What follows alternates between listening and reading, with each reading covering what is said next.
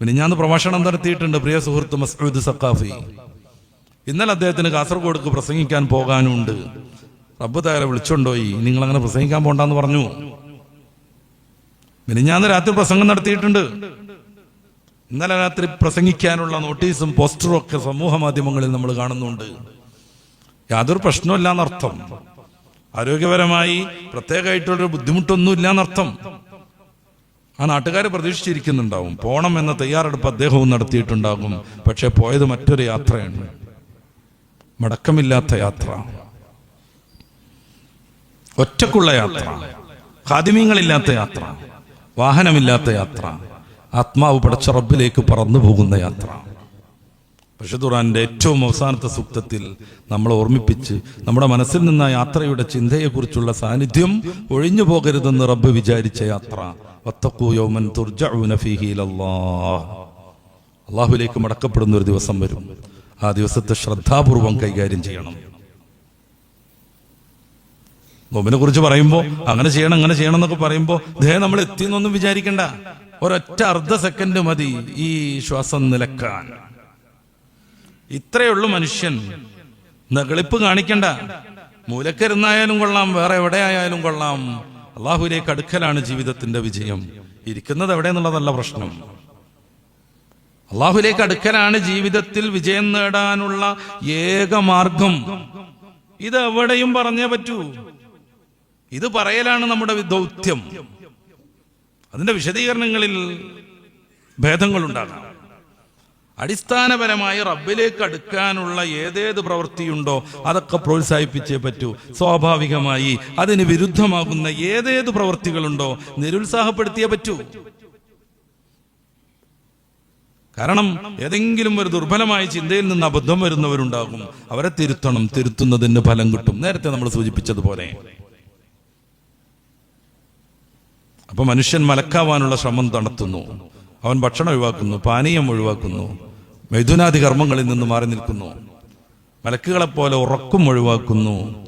അവസാനത്തെ 10 ഒറ്റയിട്ട രാത്രികളിലെങ്കിലും, ഇനി നമ്മൾ ഇങ്ങനെ കാണുമെന്ന് എനിക്കറിയില്ല, നല്ല പ്രഭാഷണങ്ങളിലൊക്കെ നമ്മൾ എല്ലാവരും കൂടി ഇങ്ങനെ ഒരുമിച്ച് കൂടുമെന്നുള്ളതും അറിയില്ല. അവസാനത്തെ 10 ഒറ്റയിട്ട രാവുകളിൽ ഒരു പോള കണ്ണടക്കുകയാണെങ്കിൽ അത് തഹജ്ജുദ് നിസ്കരിക്കേണ്ട ആവശ്യത്തിന് വേണ്ടിയുള്ള 10 മിനിറ്റ് മാത്രമാവണം. അതിനുവേണ്ടി തയ്യാറെടുപ്പ് നടത്തണം. വല്ലാതെ ഭക്ഷണം കഴിക്കാതെ നോമ്പ് തുറയെ നമുക്ക് ആരോഗ്യകരമാക്കണം. അതേക്കുറിച്ചൊക്കെ പറയാനുണ്ട്.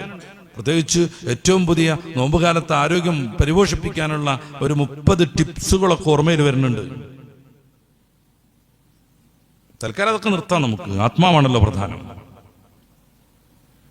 അങ്ങനെ നോമ്പിന്റെ ഓരോ സമയത്തെയും കൃത്യമായി വിനിയോഗിക്കുക, മുൻഗണനാക്രമം കൊടുക്കുക. എന്തിനൊക്കെ വേണ്ടി സമയം ചെലവഴിക്കണം എന്ന് ആദ്യമേ തീരുമാനിക്കുക.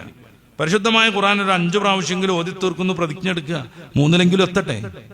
ദിവസം 3 ജുസ് ഓതി കഴിഞ്ഞാൽ റമദാൻ കഴിയുമ്പോഴേക്ക് 3 ഖത്തം തീർക്കാൻ നമുക്ക് പറ്റും. ഒരു ജുസിന് വിശാലമായിട്ട് നമ്മൾ ഓതുകയാണെങ്കിൽ തന്നെ ഒരു 25-30 മിനിറ്റ് എടുക്കും. 1.5 മണിക്കൂർ ചെലവഴിച്ചിട്ടുണ്ടെങ്കിൽ നമുക്ക് റമദാൻ കഴിയുമ്പോഴേക്ക് 3 പ്രാവശ്യം ഖത്തം തീർക്കാൻ പറ്റും. ഇന്നലെ വാട്സപ്പിനും ഫേസ്ബുക്കിനും വേണ്ടി മാത്രം ചെലവഴിച്ച സമയം എത്ര എന്നുള്ളത് ആ ഫോണിൽ കയറിയിട്ടൊന്ന് പരിശോധിച്ചു നോക്കുക. എല്ലാവരും റീൽസ്, എല്ലാവരും ഷോർട്സ്. കുറെ ആളുകൾ അത് ഉണ്ടാക്കാൻ നിൽക്കുക, കുറെ ആളുകൾ അത് കാണാൻ നിൽക്കുക. അവസാനം രാത്രി കണക്കെടുക്കുമ്പോൾ ഒരു 4-5 മണിക്കൂർ കണ്ട് തള്ളിക്കളഞ്ഞിരിക്കുക ജീവിതത്തിൽ നിന്ന്. 4 മണിക്കൂറും 3 മണിക്കൂറും 5 മണിക്കൂറൊക്കെ ഫോണിൽ സമയം കളയുന്നവരുണ്ട്. വെറുതെ പറയണതല്ല. ബാംഗ്ലൂരിലെ യൂണിവേഴ്സിറ്റി കേരളത്തിലെ ജനങ്ങളെ കുറിച്ച് അങ്ങനെ ഒരു പഠനം നടത്തിയിട്ടുണ്ട്. ഒരു 5 മണിക്കൂർ വീതം ഫോണിൽ ചെലവഴിക്കുന്ന ഒരാൾ 10 ദിവസം കൊണ്ട് 50 മണിക്കൂറാണ് തൊലച്ചു കളയുന്നത്. ഞാൻ നേരത്തെ പറഞ്ഞത് പ്രകാരം 50 മണിക്കൂർ നമ്മൾ ഉപയോഗിക്കുകയാണെങ്കിൽ 100 ജുസ് ഓതാൻ പറ്റും. 30 ജുസ് ഓതുമ്പോഴേക്കും ഒരു ഖത്തം തീരും. 100 ജുസ് ഓതുമ്പോഴേക്ക് 3 ഖത്തമും 1/3 ഖത്തം. അപ്പൊ ഒരു 3.25 അല്ലെങ്കിൽ 3 ഖത്തമും പിന്നൊരു 1/4 ഖത്തമും കൂടെ നമുക്ക് തീർക്കാൻ പറ്റും. കാലല്ല, ഒരു 33% ഖത്തം കൂടെ നമുക്ക് തീർക്കാൻ പറ്റും. അതിന് പറ്റണില്ല. റമദാൻ ആവുമ്പോഴും അതിന് പറ്റണില്ല. പുതിയ ലോകല്ലേ, അങ്ങനെ തന്നെയല്ലേ നമ്മൾ കൂടെ തീരുമാനിക്കാൻ പറ്റൂല. എല്ലാവരും ആ തീരുമാനത്തിലാണ്. ദീനിനെ പ്രണയിക്കുന്ന മുത്തറസൂലിനെ ഇഷ്ടപ്പെടുന്ന നമ്മൾ കൂടെ ആ ഒരു ലിബറൽ കൾച്ചറിലേക്ക് പോകാൻ പാടില്ല.